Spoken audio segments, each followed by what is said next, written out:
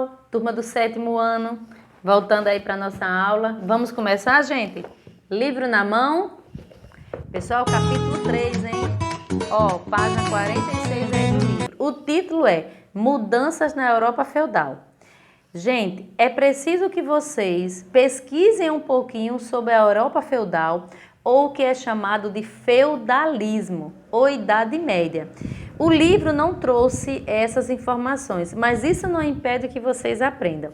Vai lá, vai no YouTube, vê os vídeos que eu disponibilizei e aprende um pouquinho, porque para nós vai começar a partir de mudanças. Bom, se o título diz mudanças, então algo já está chegando de novo, né?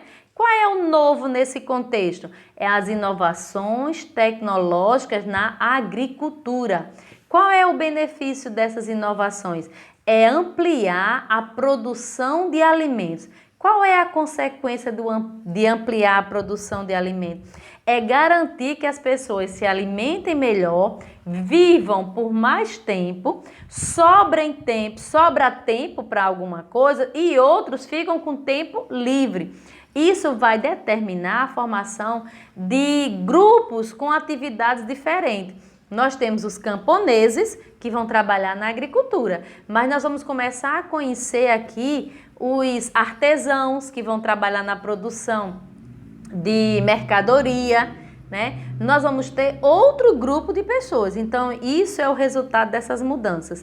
Nós temos aí a charrua, que se vocês olharem na página 47, dá para entender que a charrua contribuiu muito para que a produção de alimento aumentasse, já que a semente fica mais protegida, ela germina com qualidade.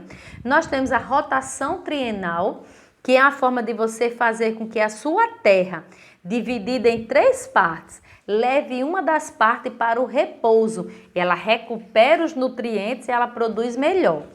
Temos também, como consequência dessas inovações tecnológicas, o revigoramento das cidades. Palavra grande, hein? Mas é isso mesmo, revigoramento. Por que revigoramento? Porque a cidade ela já existiu, ela já foi forte.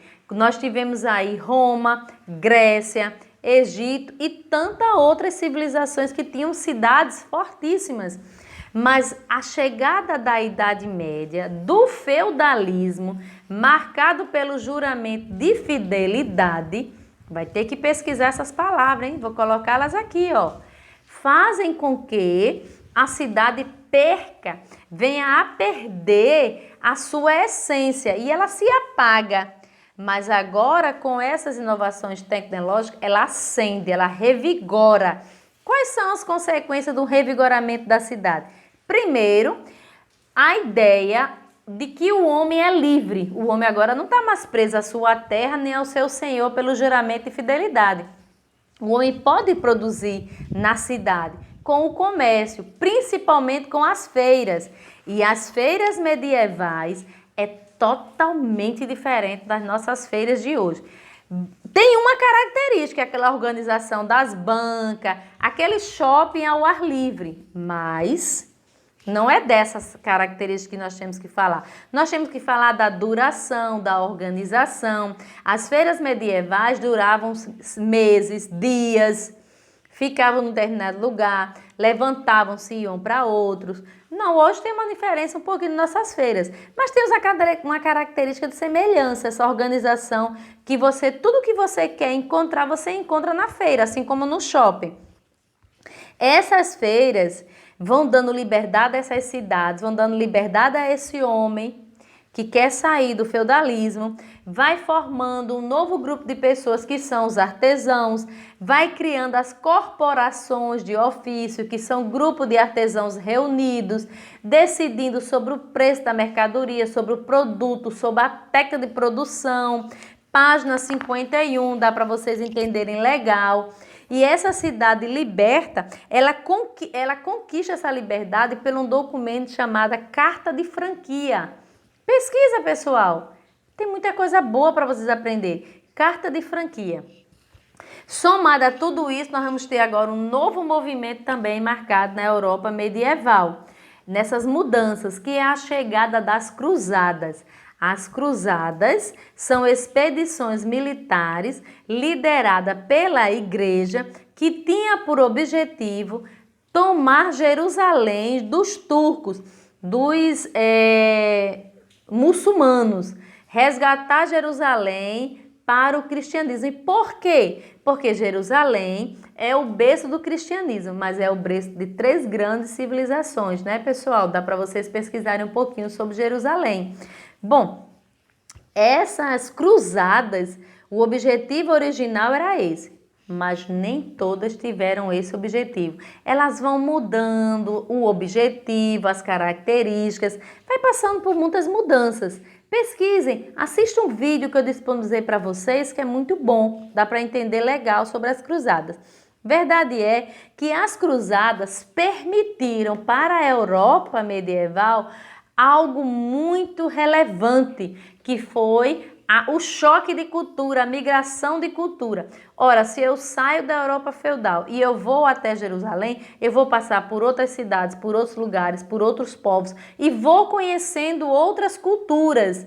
E essas culturas, elas entram em nós, elas impregnam em um pouco da nossa forma de ser e sem querer a gente traz elas para onde estamos. Então, as cruzadas, elas contribuem por demais para essa formação cultural da Europa medieval.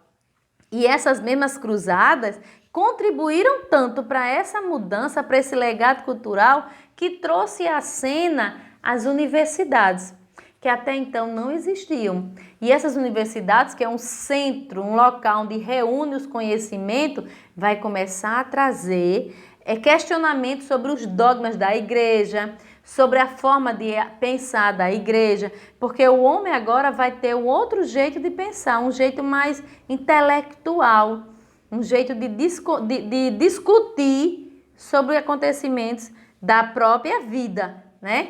Outra coisa que é bom lembrar é a questão das doenças. As feiras medievais, que duravam em média 60 dias ou mais, elas não se preocupavam com a questão da higiene do local. Isso proliferava muitos ratos.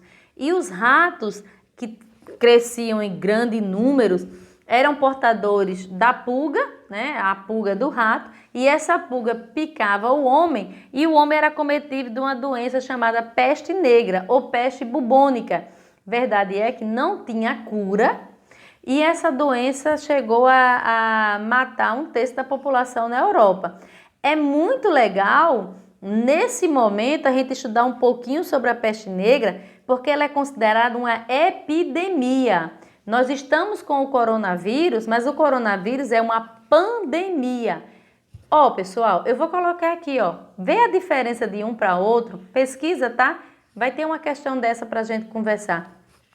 O que é epidemia e o que é pandemia. E aí, para entender epidemia, peste negra. Para entender pandemia, coronavírus. Vocês vão conseguir fazer isso brincando.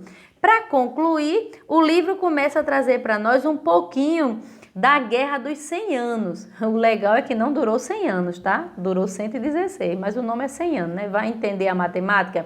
Bom, essa Guerra dos 100 Anos, que se dá entre a Inglaterra e a França, ela também provoca a morte aí de milhares de pessoas na Europa. E essa guerra, que tinha por objetivo o rei da França tentando tomar o trono do rei da Inglaterra, né? Ela também chega lá a seu fim. Mas nós tivemos aí coisas horríveis para a Europa medieval. Ó, nós temos um crescimento populacional marcado pelas mudanças na tecnologia da agricultura. Ao mesmo tempo, nós temos uma divisão de atividades. Uns são camponeses, outros não.